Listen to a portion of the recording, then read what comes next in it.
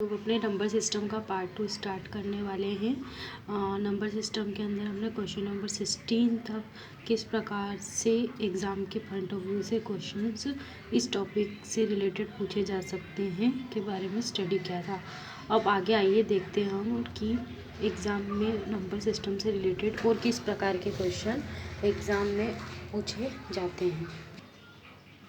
हमको question number 16 दिया है 963 into 963 into 963 plus 137 into 137 into 137 division by 963 into 963 minus 963 into 137 plus 137 into 137 equal to question mark. तो यहाँ पर हमको इस पूरे क्वेश्चन को सिंप्लीफाई करके एक वैल्यू को फाइंड आउट करना है। यहाँ अकॉर्डिंग टू क्वेश्चन हमको दिखाई दे रहा है कि 963 जो है वो 3 बार मल्टीप्लिकेशन में है, 137 भी 3 बार मल्टीप्लिकेशन है और दोनों वैल्यू आपस के अंदर प्लस में है। डिवाइडेशन में 963 2 बार मल्टीप्लिकेशन में है, 137 2 बार मल्टीप्लिकेशन में है और एक बार 963 और 137 मल्टीप्लिकेशन में है। तो हम इस पूरे पोर्शन को ऐसा लिख सकते हैं कि 963 का क्यूब है, इस पोर्शन को लिख सकते हैं कि 137 का क्यूब है, यहाँ 963 का स्क्वायर है, जैसे हमको दिख रहा है 167 का स्क्वायर है, ये 963 इंटू 137 है। हम लोग मान लेते हैं कि a इक्वल टू 963 है और 137 इक्वल टू b है। तो हम 963 की प्लेस पर a और 137 की प्लेस पर b पुट कर देते हैं। प्लेस पे a और b पुट करने के बाद यहाँ पर हमको दिखाई देता है कि ये a cube plus B cube का फार्मूला होता है। तो हम इसको इलॉबरेट करके लिख देते हैं। हमें पता है a cube plus B cube का फार्मूला होता है a plus B A square plus B square minus A B और डिवाइडेशन में हमारे पास a square plus B square minus A B है। तो दोनों आपस के अंदर डिवाइडेशन में होने के कारण क्या हो जाएंगे, कैंसिल आउट हो जाएंगे। तो हमारे पास वैल्यू बचता है ओनली a प्लस बी। अब अगेन हम a बराबर 963 और b बराबर 137 रख देंगे, दोनों वैल्यू को ऐड कर देंगे तो हमारे पास आंसर आता है 1100 जो कि हमारा रिक्वायर्ड आंसर है। नेक्स्ट क्वेश्चन नंबर 17 हमको दिया है, ये भी काफ़ी बार एग्ज़ाम के अंदर पूछा जा चुका है। 256 दो बार आपस में मल्टीप्लिकेशन में है, 144 आपस में मल्टीप्लिकेशन में, डिविडेशन बाय 112 है। अब हम यहाँ पर 256 की प्लेस पर a पुट कर देते हैं और 144 की प्लेस पर हम लोग b पुट कर देते हैं।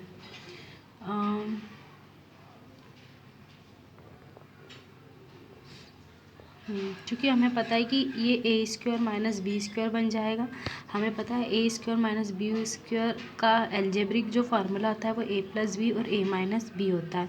तो 256 प्लस 144 करने पर और एक बार 256 माइनस 144 करने पर हमको 112 और 400 मिलता है। अब 112 चूँकि ऊपर भी है, 112 डिविडेशन में भी है, तो दोनों वैल्यू आपस में एक दूसरे से कैंसिल आउट हो जाएगी और हमारे पास आंसर में बचता है 400 जो कि हमारा रिक्वायर्ड आंसर है। हमारे को नेक्स्ट क्वेश्चन दे रखा है कि यदि a की वैल्यू 11 हो, b की वैल्यू 9 हो तो a square plus B square plus A B upon A cube minus B cube का हमको वैल्यू फाइंड आउट करना है। तो यहाँ पर हमको पता है कि A square plus B square plus ये ए बी है और डिवाइडेशन में हमको A cube minus B cube दिया और हमें पता है A cube minus B cube बराबर A minus B A square plus B square plus A B एक फार्मूला होता है। तो A square plus B square plus A B और डिवाइडेशन में A square plus B square plus A B आपस में एक दूसरे से कैंसिल हो जाएंगे। हमारे पास बचेगा 1 के अपॉन में ए माइनस बी। अब चूँकि ए बराबर हमको 11 क्वेश्चन के अंदर दिया गया था और बी इक्वल्स टू 9 दिया था, हम वैल्यू को पुट कर देते हैं। 11 माइनस 9 करने पर हमारे पास बचेगा 1/2 जो कि हमारा रिक्वायर्ड आंसर है।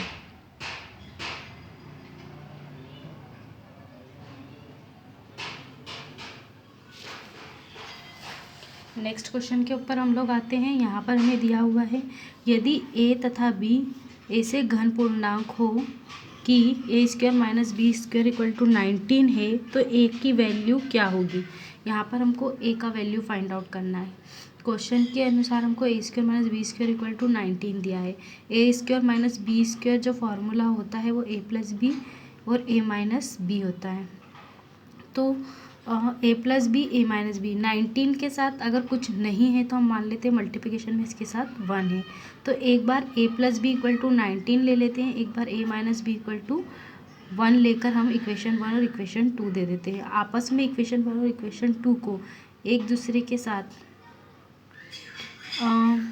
एलिमिनेशन मेथड से सॉल्व करने पर क्या हो जाएगा, प्लस बी से माइनस बी यहाँ पर कैंसिल आउट हो जाएंगे, हमारे पास बचेगा 2 इक्वल टू 19 प्लस 1, तो ये हो जाएगा हमारा 20।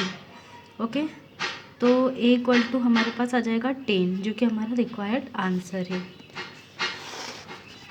नेक्स्ट क्वेश्चन हमको जो दिया है क्वेश्चन नंबर 20, ये काफ़ी बार एग्जाम के अंदर पूछा जा चुका है।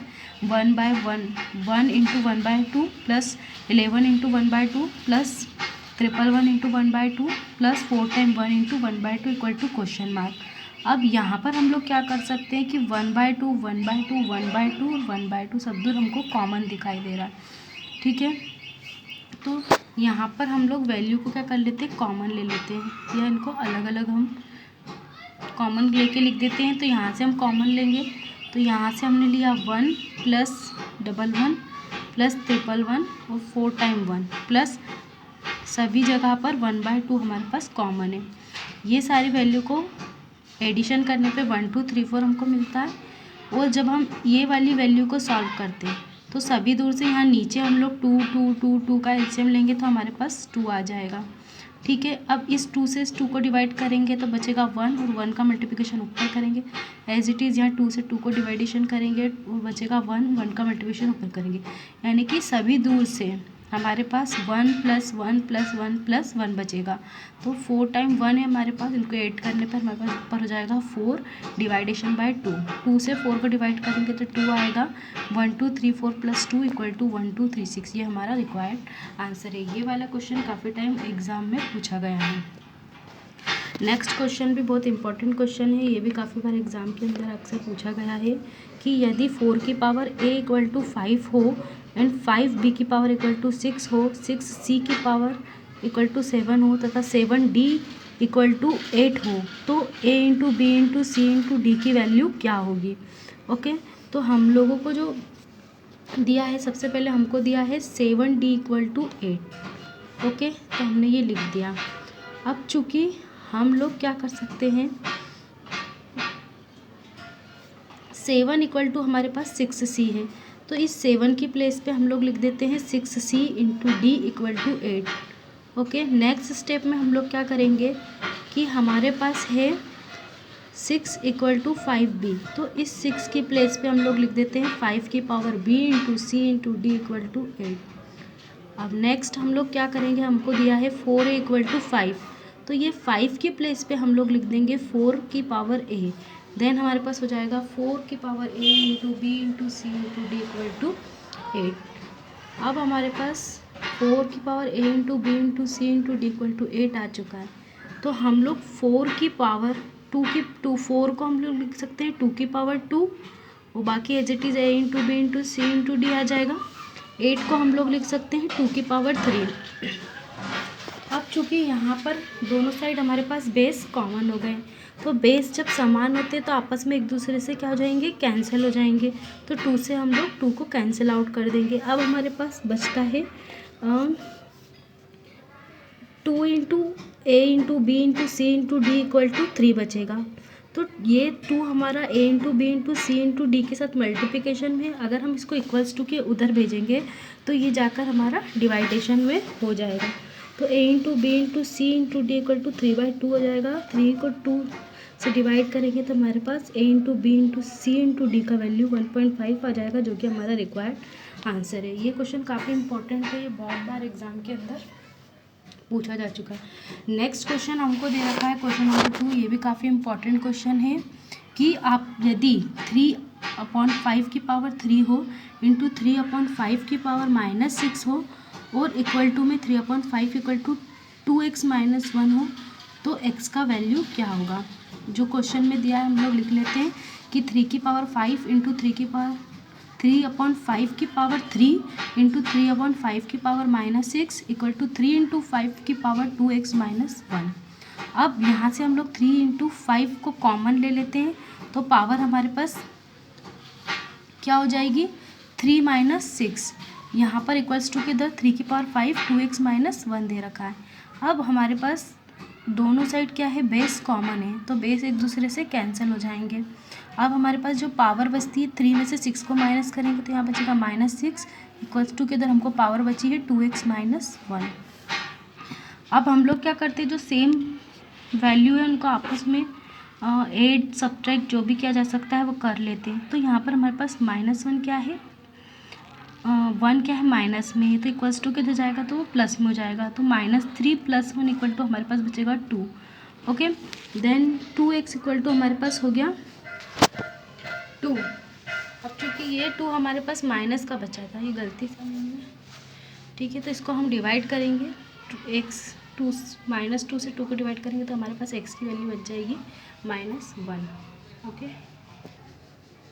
हमारे पास ये जो नेक्स्ट इम्पॉर्टेंट क्वेश्चन है ये काफ़ी बार एग्ज़ाम के अंदर आ चुका है।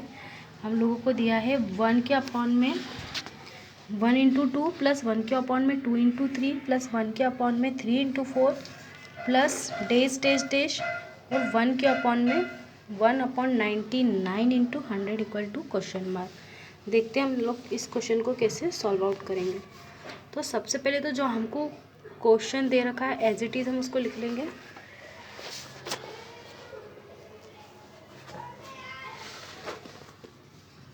ठीक है, तो अब लोग हम यहाँ पर क्या कर सकते हैं, यहाँ पर हमको दिया है 1 के अपॉन में 1 × 2 प्लस 1 के अपॉन में 2 × 3 प्लस 1 के अपॉन में 3 × 4 प्लस 1 के अपॉन में 99 × 100। तो हम इसको ऐसा भी लिख सकते हैं 1/1, ठीक है, और इसको लिखा जा सकता है 1/2। हम लोग इसको लिख सकते हैं 1/1 - 1/2 प्लस इसको हम लोग 1/1 - 1/2 इसलिए